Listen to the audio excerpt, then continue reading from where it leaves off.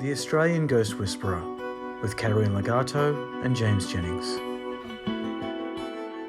Hi everyone, welcome to another episode. We are back again. Hello Katarina, how you doing? Hi James, how are you doing? I'm doing pretty well. I've got a big stack of questions here in my hand. Oh gosh. Because we've been asking our viewers and listeners to leave comments with any questions that they might have.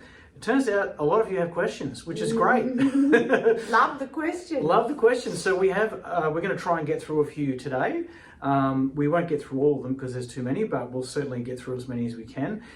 So if you have left a comment on one of our videos or one of our podcasts, you may get your answer today. So starting off, Katarina, I won't say the names of the people who've given us the questions. We'll keep that private. But the question came through recently. What is the evil eye? So over history, many cultures believe in the evil eye. And what the evil eye is somebody that looks upon you with an evil intention. So perhaps they're jealous of you, or you might be looking really beautiful and they're like, oh wow, you know. I know how that feels. Yeah. Or you're doing really well and you might have many people kind of looking, going, look at that person, money just comes to them, they're driving the latest sports car.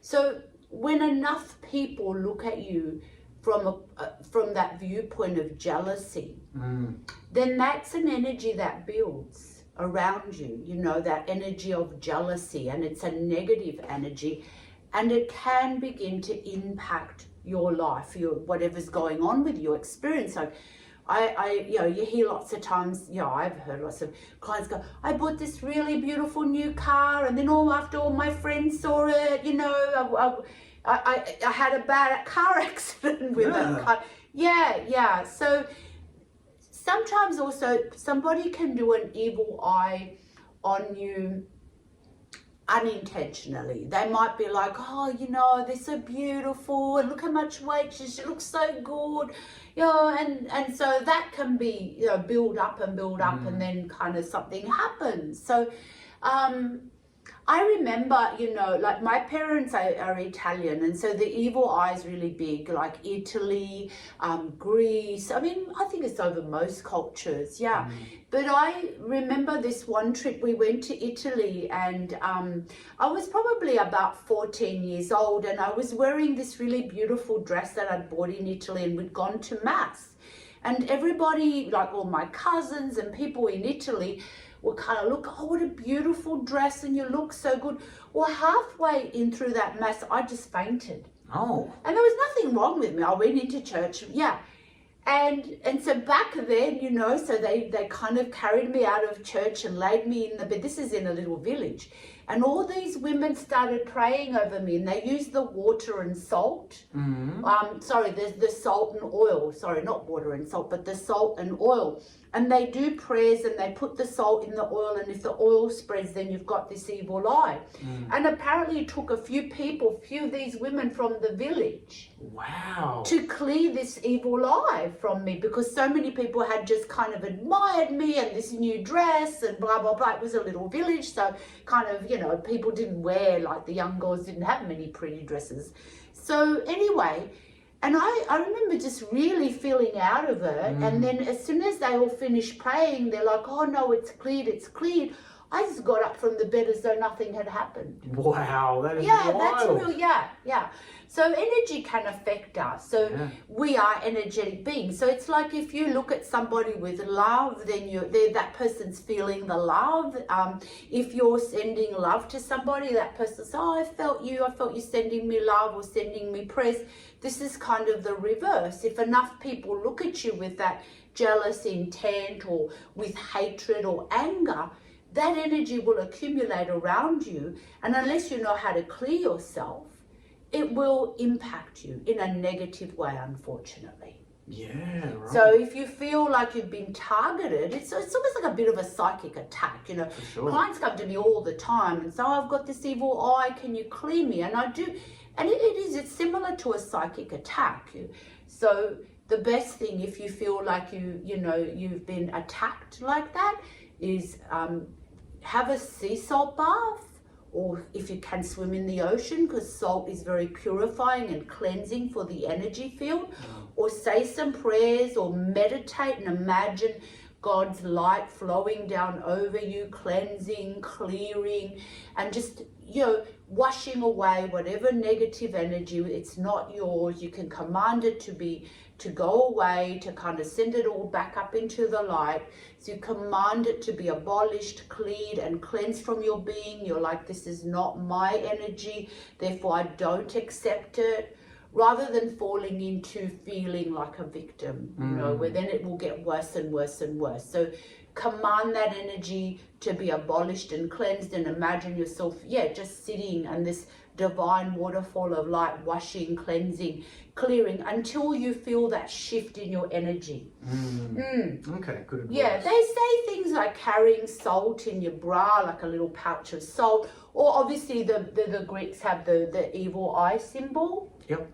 Wearing the evil eye symbol, where you're kind of reflecting it back. But if you are going to be around negative people, just try and shield yourself. Wrap yourself in a golden cloak of protection. Put the armor of God on if you're going somewhere negative, so that you feel protected, and you just again set that intention that any negativity anybody sends towards you, it's going to bounce off. Okay, that's very good advice. People say, oh, can I just send it back to sender? Well, look, I would just say clear it, send it back up into the light where it can be dissolved and cleansed, and Okay, that's a very well explained answer to what is an evil eye. So, all right, next question we have is in relation to an episode we did recently where Katerina explained the different types of dark entities that she's encountered over the years. Pretty creepy stuff. And someone has asked, where do those entities come from?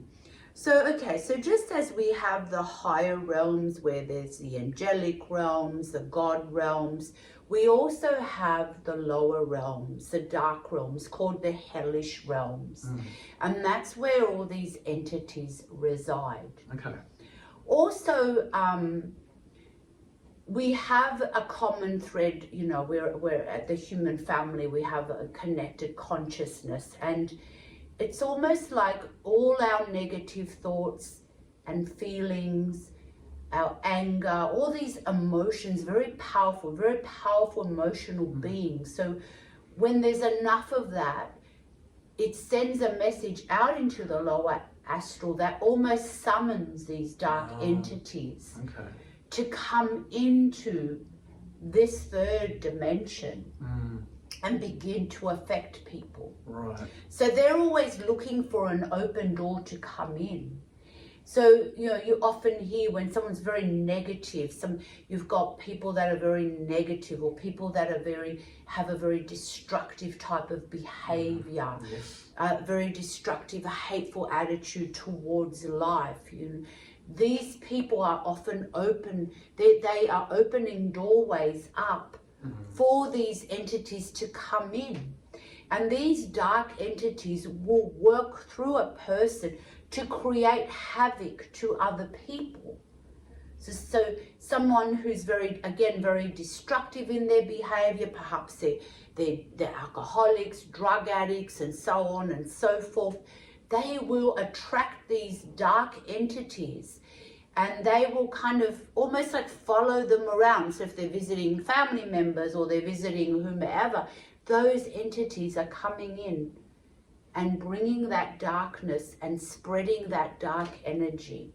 Like the worst possible entourage you could possibly imagine. That's right, yes. But again, because we are a human family, all our negative emotions, hatred, anger, all of those emotions feed these entities. Right. Give them kind of like a loosh, like they feed on the darkness and of humanity. And this is also an open door. This is why I always say to people, it's really important to work through your stuff, to try and, be more in your heart, be more forgiving of people who perhaps have hurt you, or try not to hold on to hatred, anger, jealousy, because when you're holding on to these very negative emotions, you become a portal for these dark entities to come in and create havoc not only to yourself via your emotions, because you're feeding these entities, but also to the people around you. Yeah. So sometimes people make fun of like super positive, peace, love, and mung bean type people, but they're probably the people who are like not being affected by that stuff because they're existing on a positive level where these lower things can't reach them. Because is that fair to say? And it doesn't mean that we've got to be in this constant state of love and life, of love and light, because that's impossible too. You know, we're going to get triggered, or we're going to feel. I mean, if you are going through something that is really hard and difficult, and you know you're in a very, you know, you're in a place in your heart where you've been very hurt, betrayed, let down. Be present with those emotions. Don't suppress them. Bring them to the surface, but also ask for protection. Ask for God, the light of God created, to be around you. Allow yourself to cry, to feel those feelings of pain, sorrow, grief that you're feeling, but be able to try and, you know, let them go until you're able to make peace with it. Sometimes it's really difficult to forgive, and you're like, no, I can't forgive that person, they've hurt me something. But try to make your peace with whatever's gone on. You know, whatever has happened to you, whatever. Don't continually give that person that's hurt you your consistent energy, tears, and suffering, because you're actually feeding them. You're only hurting yourself because you're giving them your power and your energy. So it's really important to be able to work through those really dark, you know, the dark night of the soul, which we all go through, in a way that you can get to that place where you can be at peace with whatever's happened, find your strength, feel that love for yourself, because that's going to protect you, and try to move on with your life. Because the more you hold on to, this person did this to me, this person did that, and he's a bastard, or she's a this and that, and the more you're feeding that darkness, you're feeding that negativity, you're allowing darkness to come around you, you're allowing that darkness to block your heart from feeling love, and you're just feeding that person or people that have hurt you. So that's how we can deal with stuff when it comes up for us in the most positive way, without denying those feelings of hurt, pain, suffering, angry. You have a right to feel those, you know, but try to work through it, you know, like a really wonderful, if you're feeling really angry, you know, get a pillow, put it over your mouth and screams, get it out, and then try and sit and always try and bring yourself down back into your heart, and give yourself love, give yourself, you know, courage and strength, and that way you're doing the most positive and loving thing for yourself by honoring who you are, you know, having a warm bath in some beautiful sea salt, some lavender, you know, nurture your pain, nurture yourself, and that way you're not allowing it to get out of control. Absolutely. Great advice. We did an episode on sleep paralysis a little while ago, so we have a question related to that particular episode, and the person has asked, can we explain how to create a good environment in the home? So, I mean, I guess the home in general, but in regards to sleep paralysis, also, I guess, specifically your bedroom. So your bedroom should be a space of peace and serenity, tranquility. So I'm a great believer that, you know, and again, I do so many house clearings, and when I walk into people's bedrooms, they've got computers in there, they've got laptops, they've got televisions, they've got all of this electronic equipment. That alone is, you know, entities can come in and out of electronic equipment, because, a lot of entities thrive on electricity. Right. We'll be back after this quick break. Hello everyone, James and Katarina from the Australian Ghost Whisperer here. Just letting you know that we are now doing house and business clearings. We've been having a lot of inquiries, so I thought we would let you know. If you don't know what that is, Katarina, please explain. Yeah, so a house or business may be haunted or have stagnant negative energy from previous owners. Maybe someone's put the evil eye on you, or you're dealing with psychic attacks, curses, or demonic interference, which may cause physical and spiritual illness to you and your family members. I'd like to also let you know that I've written 2 books on the paranormal, and I'm highly experienced in the process of cleansing and clearing these disturbing interferences and turn your place into a loving, light-filled sanctuary. Katarina is also available for healings and exorcisms if that is something you may need. And if you would like to read some testimonials from Katarina's satisfied clients, you can do so at her website, which is katarinalegato.com.au. We also did a video recently where we cleared a house of spirits, and we have a response from the very happy owner. We'll put that in the comments below so you can see a link to that. If you would like to get in touch with us, you can do so via email, which is australianghostwhisperer@gmail.com, or you can give us a call on 0404 258 949. And we are based in Sydney, but we're also happy to travel interstate, and we are absolutely happy to help. Happy to help, and see you soon. Bye-bye. Bye. Bye.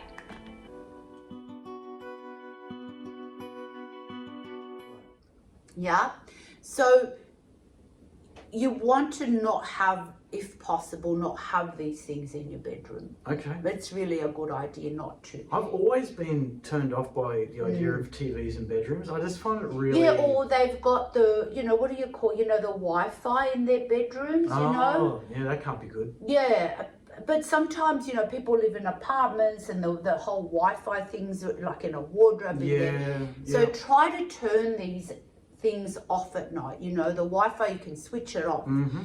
Try to put your laptops, computers, take them out of your bedroom. Yep. And allow some fresh air. Burn some beautiful essential oils like lavender. Play some high frequency relaxing music, some nice meditation music. Maybe even if you can sit in your bedroom and meditate and feel yourself bringing in light and love, or again drop into your heart and feel that love within yourself, and then send that love out into your room as a protective shield of protection all around your room. Or buy yourself some beautiful flowers, some fragrant flowers, and things that make your bedroom feel like it is a space of tranquility. And I think that the worst cases I've seen where people, a lot of people now working from home, and because they don't have much space, their office, their workspace is in their bedroom. And that's awful. It's like, no wonder you're having all these issues, and they're experiencing sleep paralysis, and because they're not, they've got all that hectic energy from work in their bedrooms. No. So I know it's hard because sometimes we can be very limited with space, but maybe you can get a desk that you can wheel out at night, even if you just leave it in the hallway. Open your windows, just change that air, change the environment if you can. Do things that help you, that create a feeling of relaxation and peace. And essential oils are beautiful. Lavender is very relaxing. Frankincense, all of these beautiful oils will help bring in that beautiful energy of nature into your room. And just trying to be in a state of peace when you go to sleep. So if you've had a hard day, maybe try and meditate, have a warm bath, do some breathing exercises, try to let go of the stress and tension of the week. Try not to go to bed angry and fighting and screaming and all of that is obviously going to impact your sleep. It's going to make you vulnerable. It's going to open you up, because when we sleep, we kind of do leave our bodies, and you will, if you've gone to bed and you're really agitated or angry, or you've had a fight with somebody, that you're going to be in a very low frequency, and so as you sleep, you're going to obviously move into low frequency dimensions that will cause you to be attacked by an entity, have bad dreams, be kind of drawn in, almost vacuumed into these lower astrals, and where you will experience some really nightmarish experiences. We don't want that. We do not want to experience that. So I think that's some wonderful Now, tips. if it's really bad, then you call us and we can clear your space. Yes. Yeah, because sometimes you could also have moved into a house or a space where, you know, there was some wild family or wild shenanigans going on in a house. And so, you know, you're going to sleep and you're quite open and receptive to the energy of your environment. And if that was people were taking drugs or God knows what they were doing, then you're opening yourself up to that energy. So sometimes you do need to have it properly cleared if it's something that you really can't change and shift. Yeah, absolutely. And you did a house clearing this morning. Yeah. And what I felt was that there was like layers and layers of very negative energy. It was a rental, so there'd been so many people renting in and out, moving in and out, so there was layers of different energies from people's emotions that had lived there. So it felt very like the client said to me, they felt since they moved, they're very suppressed, like they weren't able to move forward with any of their anything that they intended to do. Everything, they'd always sort of like hit a wall. They felt very suppressed. Their health started to be affected by the energy. So yeah, energy can absolutely affect our well-being, our state of mind, our emotional self. So yeah, sometimes when it's that extreme, yeah, you do need to probably have it properly cleared. Yeah. Okay, well, let's do one more question before we sign off with this particular episode. So the last one we'll do today, we did an episode on why ghost tours are a bad idea. So someone has written and asked, is it possible that we have cemeteries all over the world with people laying in their coffins in a lost state, meaning that they have not moved on? Quite a disturbing thought, I know. That is quite a disturbing thought, anonymous viewer. Katarina, what do you think? Are people trapped in their coffins as lost souls and are unable to move on? Okay, so when people die, they their spirit, their soul detaches from the physical body. So it doesn't really matter where they're buried because they will have detached from that. Do some people stay attached, or can they stay attached?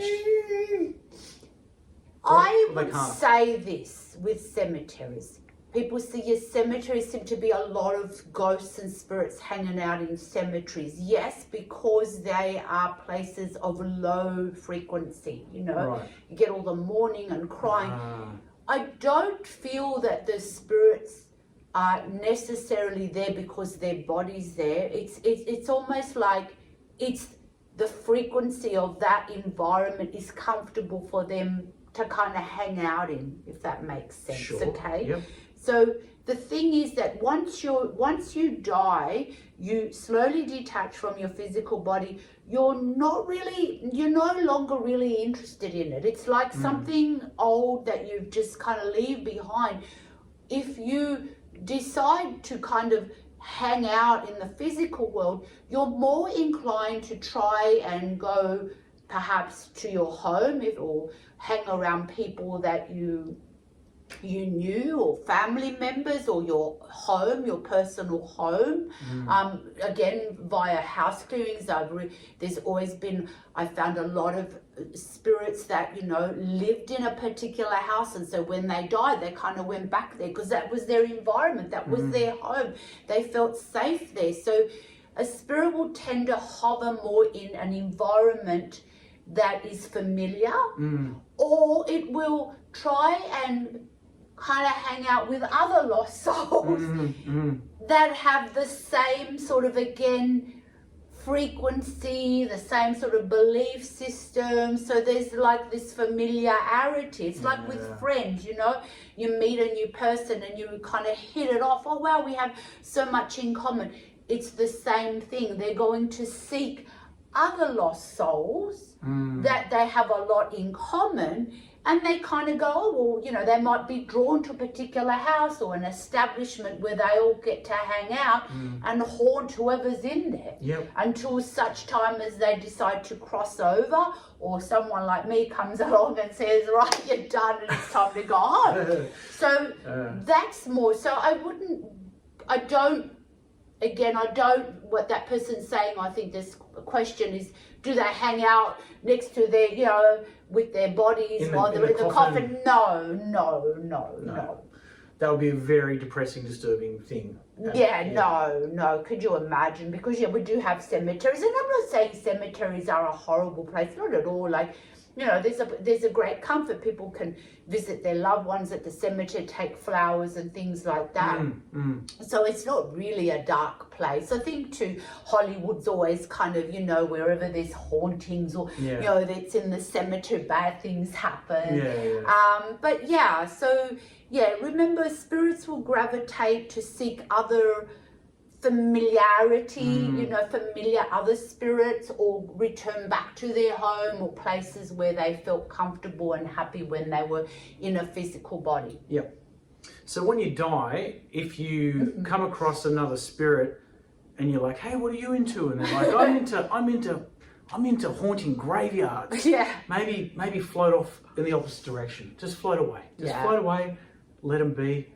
Don't hang out with the people who want to hang out in graveyards and scare people. Yeah, I mean, there are spirits that do like hanging out in graveyards. I'm sure there are. But they're not there because their bodies are there. Look, no, I don't think so. It can. It could be a possibility, but not in my experience. Yeah. Fair enough. Okay, great. Well, look, we got through 4 questions, and I have so many more, so I'm sure we'll do another one of these episodes soon. Absolutely. So bring up, you know, write in your questions that you would like me to answer, and I'll answer them to the best of my abilities, and makes it a little bit more interesting for everybody. Absolutely. I love answering questions. I mean, some were really out there. We had a look at some of those questions. We might need to think about those a bit longer. Some were like epic. Try to keep them small. Try not to write a big epic story. Or I'll give you the condensed version. Condensed version I'll of your give Kat question. The condensed version if it's a bit overwhelming. Sometimes I'll take care of it. It's like there's 20 questions in one thing. Yeah. The old classic, I've got a question. But no, I appreciate it because I know, like, you know, I understand the paranormal can be quite a mystery to most people. Absolutely. And yet quite, you know, something that people really want to know more about. And I think it's great that people are asking these questions. Absolutely. And it's very educational, so that you don't feel misguided or... Absolutely. So keep them coming. We want to hear your questions. I love the questions, and please share our videos. Help us to grow. Yes, please. Comment, like, subscribe, do all the good stuff. We really appreciate it, and we appreciate you watching and listening. Yeah, we do. Thank you to everybody that has been supporting us. Thank you so much. Yeah, it does. It genuinely means a lot to us. It does. And remember that there is Patreon. If you really are interested in developing your spiritual gifts and understanding the spirit realms, then Patreon's a great place where we cover all of this. Yeah, and we have links to that. You'll find them everywhere. And it's a super great group, and it doesn't matter when you start up, because all the videos are there of everything we've done, you know, from beginning to now. So that's another wonderful way to learn and dig a little bit deeper. I feel like it is really important to feel ready, to educate yourself spiritually, to be ready for the time, when the time comes that, you know, we're all going to go through where we need to leave our bodies, where we're going to pass away and return to our Creator, to be ready and to not feel fearful of that time. But to meet that with love and know that you are an eternal spirit. There's no real end to us. We are infinite, you know, spirits, and we move on to greater things. We do indeed. When we leave this physical 3D, and, you know, I don't think many people want to come back here, but Hey, different strokes for different folks. Yeah, that's it. But shout out to our Patreon group. They're a lovely bunch Yeah, of people. thank you, So absolutely. hello to them if they're watching or listening. We love you guys, and we love you for watching and listening as well. So thank you. We appreciate you, and we will absolutely see you again for another episode soon. Thanks, Kat. Thank you, James. Thank you, everyone. God bless. Have a beautiful week. Bye, everyone. Bye. To gain access to private spiritual development classes, guided meditations, and live Q&As with Katerina, please visit www.patreon, that's patreon.com/The Australian Ghost Whisperer.